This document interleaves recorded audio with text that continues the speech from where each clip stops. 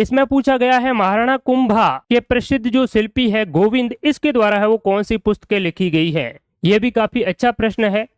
उद्धार धोरणी, कलानिधि, राजवल्लभ और द्वार दीपिका। तो यहाँ पर जो राजवल्लभ है, ये राजवल्लभ मंडन तो आपको लगभग रट ही गया होगा, क्योंकि हमने प्रीवियस जितने भी पेपर है वो डिस्कस किए हैं, उसमें लगभग पेपर में पूछ लिया जाता है कि राजवल्लभ के लेखक कौन है, तो मंडन का नाम आता है, तो राजवल्लभ मंडन के द्वारा लिखी गई है। और कुंभलगढ़ दुर्ग का शिल्पी भी कौन था? मंडन था।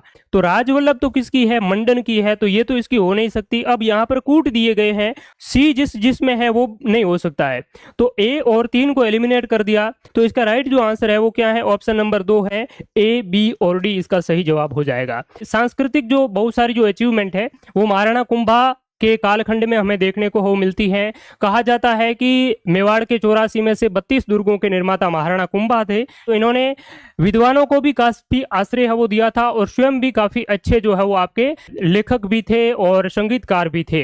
तो देखिए आप कि कुंभा के द्वारा संगीत ग्रंथ रचे गए थे, जिसकी संख्या 3 थी। और ये पूछा जा चुका है JN वाले हाल के पेपर्स में कि कुंभा के द्वारा कौन सा संगीत ग्रंथ कुंभा के द्वारा नहीं लिखा गया है। तो कुंभा के द्वारा संगीत राज, संगीत मीमांसा और सूड प्रबंध जो है, इसको सुधा प्रबंध भी कहते हैं, ये 3 रचना जो संगीत पर आधारित है महाराणा कुंभा के द्वारा वो लिखी गई है। और संगीत ग्रंथों की रचयिता होने के लिए इसको अभिनव भट्टाचार्य के रूप में भी जाना जाता है। इसके अलावा कुंभा ने चंडी शतक जो है वो पहले ग्रंथ लिखा हुआ था, उसका है वो क्या किया था? व्याख्या है वो की थी, उसको एक्सप्लेन किया था। गीत गोविंद की है वो इन्होंने रसिक प्रिया नामक टीका लिखी। एक बार ये भी सवाल पूछा जा चुका है कि गीत गोविंद की टीका है वो किस नाम से है वो लिखी थी। तो कुंभा ने गीत गोविंद पर जो टीका लिखी वो टीका है वो रसिक प्रिया के नाम से है वो लिखी। तो ये भी आपको ध्यान में रखना है। इसके अलावा संगीत रत्नाकर की भी है वो इन्होंने टीका लिखी है। तो ये तो कुछ टीका है, व्याख्या है, और ये 3 रचना जो स्वयं कुंभा ने संगीत पर आधारित है वो लिखी है। तो ये ध्यान होना चाहिए आपको। इसके अलावा कुंभा जो है वो महाराष्ट्री यानी कि मराठी है, कर्नाटी है और मेवाड़ी भाषा में भी अच्छा ज्ञान रखते थे, अच्छा इनको अभ्यास था।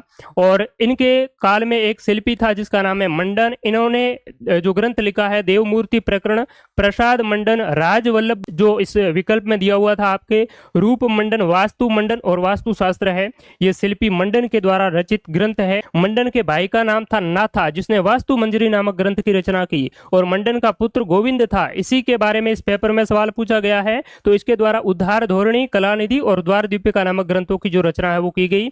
इसके अलावा कवि अत्रि और महेश भी कुंभा के दरबार में थे, जिन्होंने कीर्ति स्तंभ प्रशस्ति की रचना की। कहाने व्यास ने एकलिंग महात्म्य की भी रचना की, ये भी कुंभा के दरबारी थे। और कुंभा के दरबार में बहुत सारे जैन विद्वान भी थे। तो कुछ नाम यहाँ पर सोम सुंदर, मुनि सुंदर, जयचंद्र सूरी, सोमदेव इत्यादि नाम आप ध्यान में रख सकते हैं।